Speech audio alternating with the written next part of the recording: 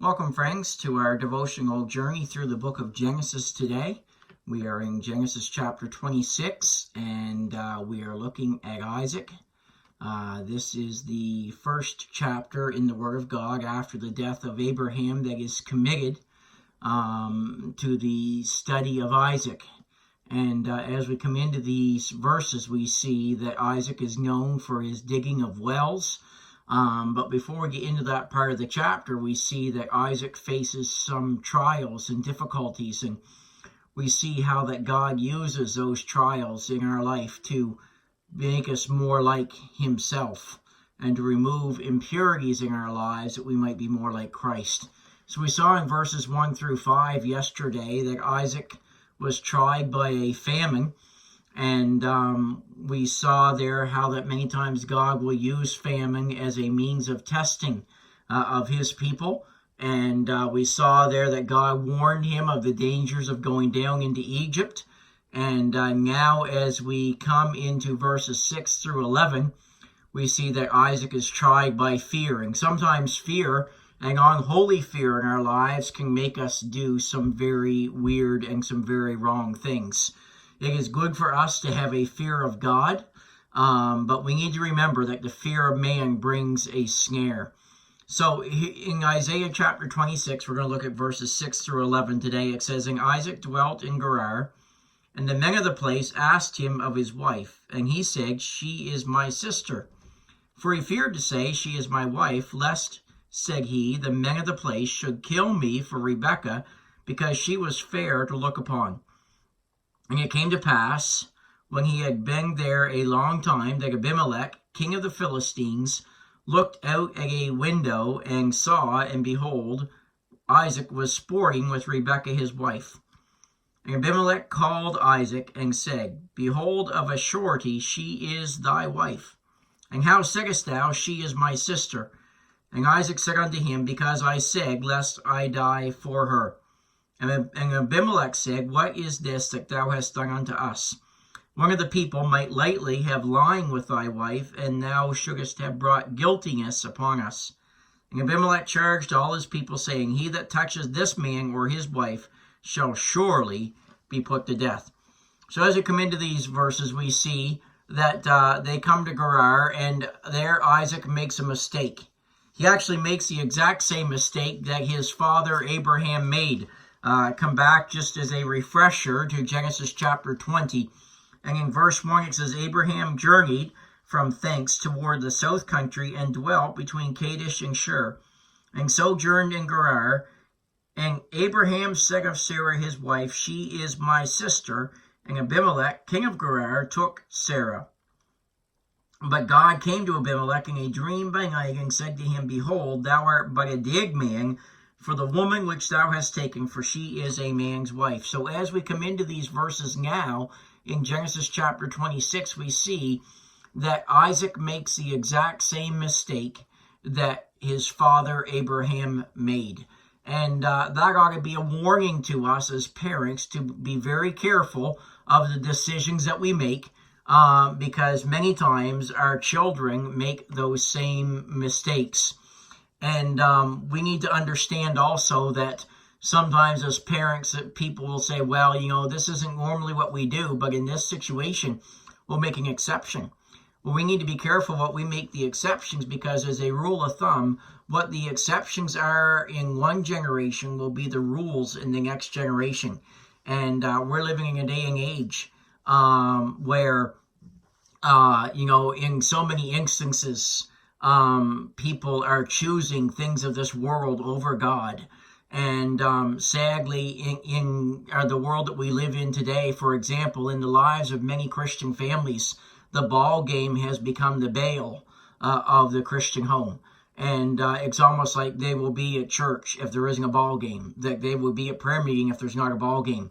And somehow we've gotten to the place that sports has replaced God. And we think that's okay. And we need to be very careful. There's a very, very, very, very slim chance that your child will be a professional athlete. There is a 100% chance that your child will stand before God one day. So we need to be careful what we make the exceptions. And that's just one example that seems to be a big one in the day and age that we live in. But we need to understand that many times a child will make the same mistakes that the parent makes. And Isaac seemed to have no faith in God's protection. In order to do this is to live in doubt and say, my God cannot protect me. My God cannot provide for me. So because of this famine, I need to go down to Gerar. And because God can't protect me, then I need to lie about who my wife really is. And this could have all been solved if Isaac had simply had a faith in God, or true faith and great faith in God. But before we get too hard on him, how often is that the way it is in our lives as well? A lack of faith in God gets us in trouble so many times. And then we see in verse 8 that Abimelech sees that Rebekah was Isaac's wife. Notice there it says, it came to pass, when he had been there a long time, that Abimelech, king of the Philistines, looked at a window and saw, and behold, Isaac was sporting with Rebekah, his wife. Sporting may have involved caressing. We don't know exactly what was going on, but whatever it meant, it was obvious as Abimelech looked out the window that day that Rebekah was not Isaac's sister, because if she was his sister, he would not have been doing those things to her. That Rebekah was indeed Isaac's wife. And whatever he was doing that day, it seems obvious it was not something that was proper between a brother and a sister. And as a result of that, Abimelech knew that Rebekah was Isaac's wife. And then we see Abimelech rebukes Isaac in verses 9 and 10. It says, Abimelech called Isaac and said, behold, of a surety, or certainly, she is thy wife. And how saidst thou, she is my sister? And Isaac said unto him, because I said, lest I die for thee. And Abimelech said, what is this that thou hast done? One of the people might lightly have lying with thy wife, and thou shouldest have brought guiltiness upon us. So we see here Abimelech rebuking Isaac for what he had done. And what a sad day it is when somebody that is not a Christian is rebuking the Christian for the way that they're living their life, rebuking the Christian for the stand or the lack of stand that they're taking, rebuking the Christian for how they're talking. Oh, friends, it's a sad day when someone from the world is telling the Christian how they ought to live. It's funny today. It's not funny. It's sad, really. But so many Christians today are talking about gray areas and don't know if a Christian should do that or not.